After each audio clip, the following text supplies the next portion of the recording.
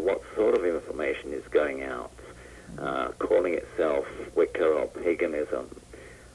Anybody can put up a website, can claim to be this, that, or the other, and can publish stuff, can get people excited, get people to join organizations or to send money or whatever, and claim to be whatever they want to claim. And there's no regulation.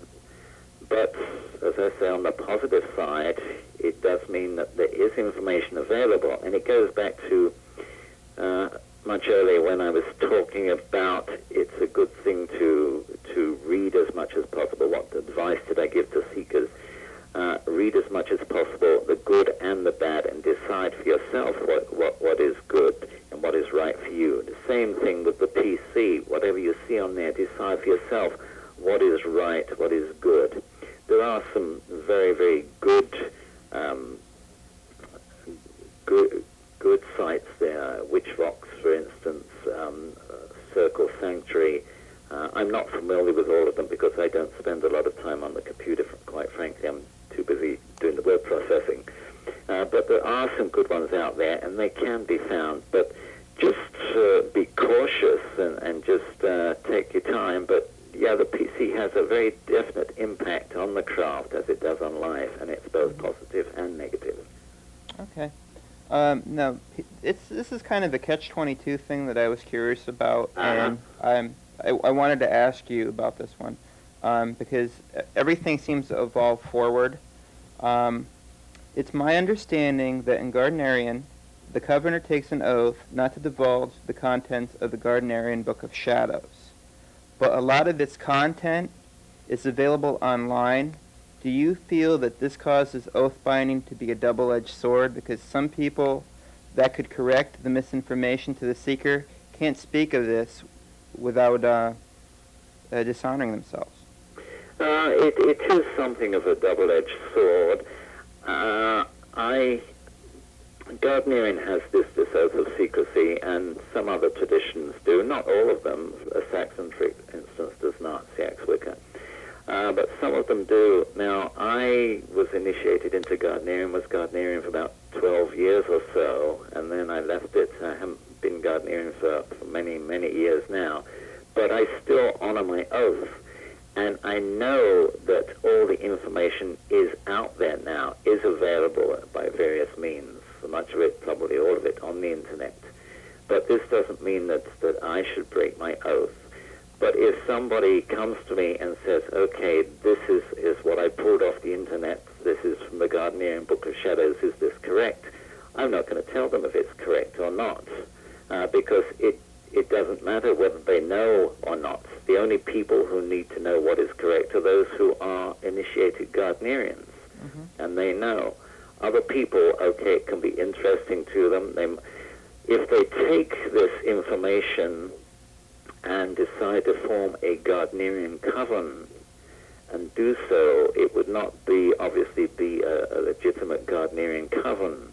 The only people they will be fooling will be themselves.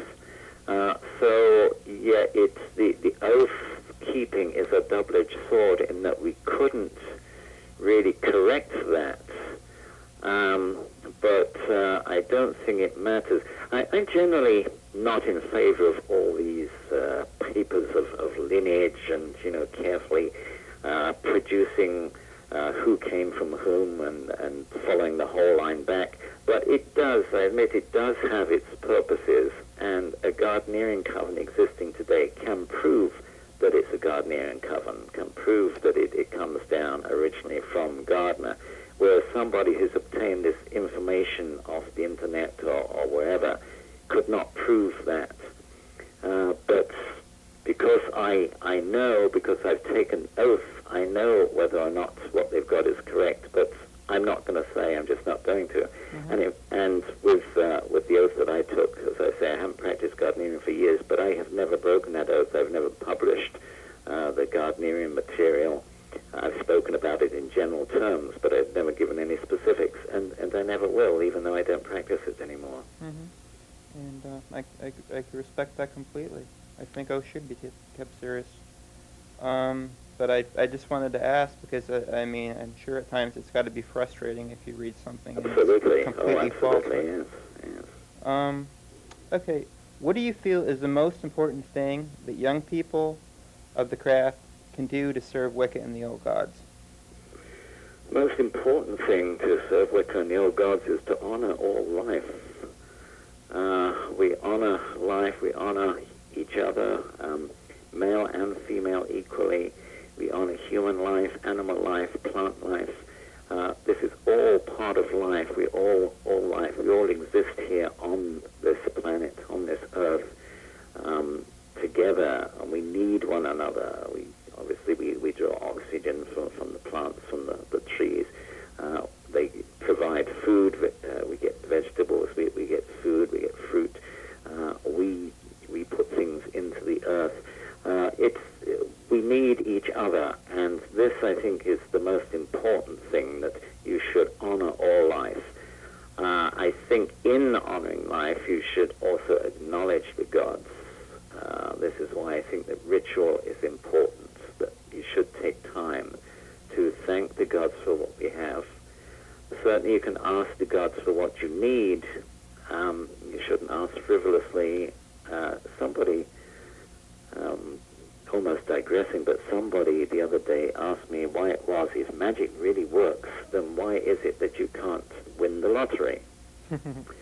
And obviously the thing is, because you don't need to win the lottery. Magic does work, but it works when there's a real need for it.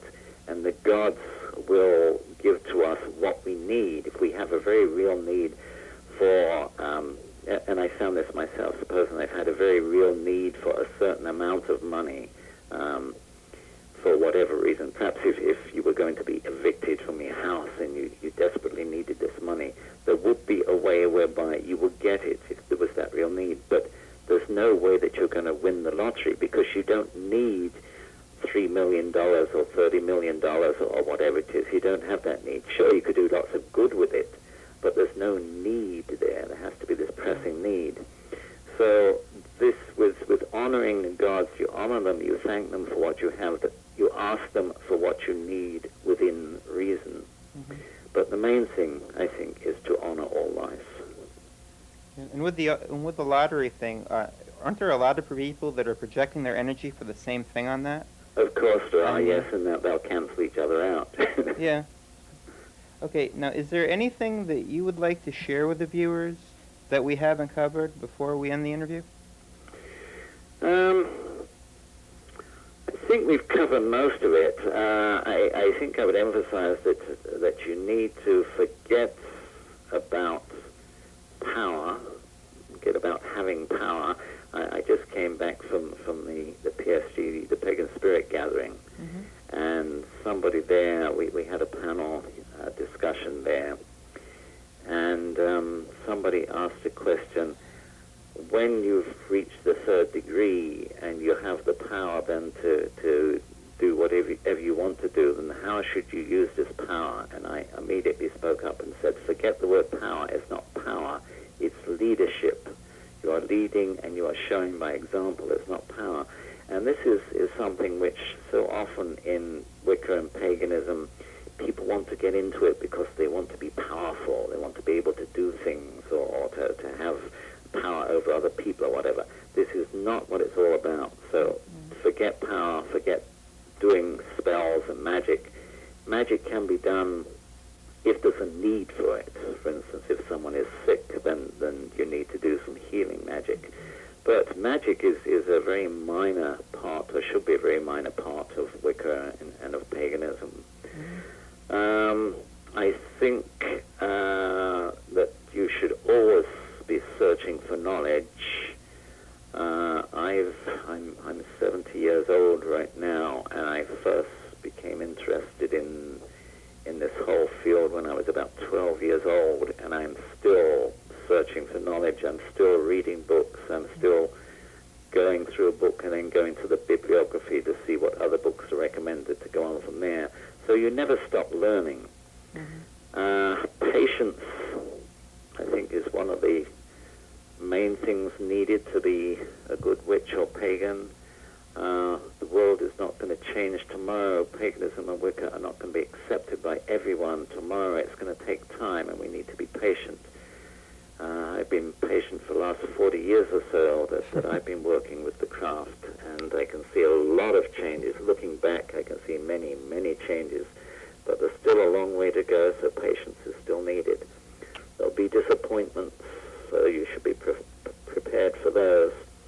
The main thing, I think, is to be true to yourself, to know what you want for yourself, to know that you want to be a part of the old religion, you want to be at one with the gods, and to be true to that idea, and to do all that you can to follow the Wiccan Rede and to do what is called for in witchcraft.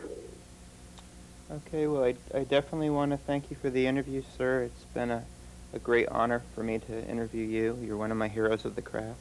Well, thank you, Rapid. And I've really enjoyed speaking with you, and perhaps we can do it again sometime. Okay, and take care. Okay.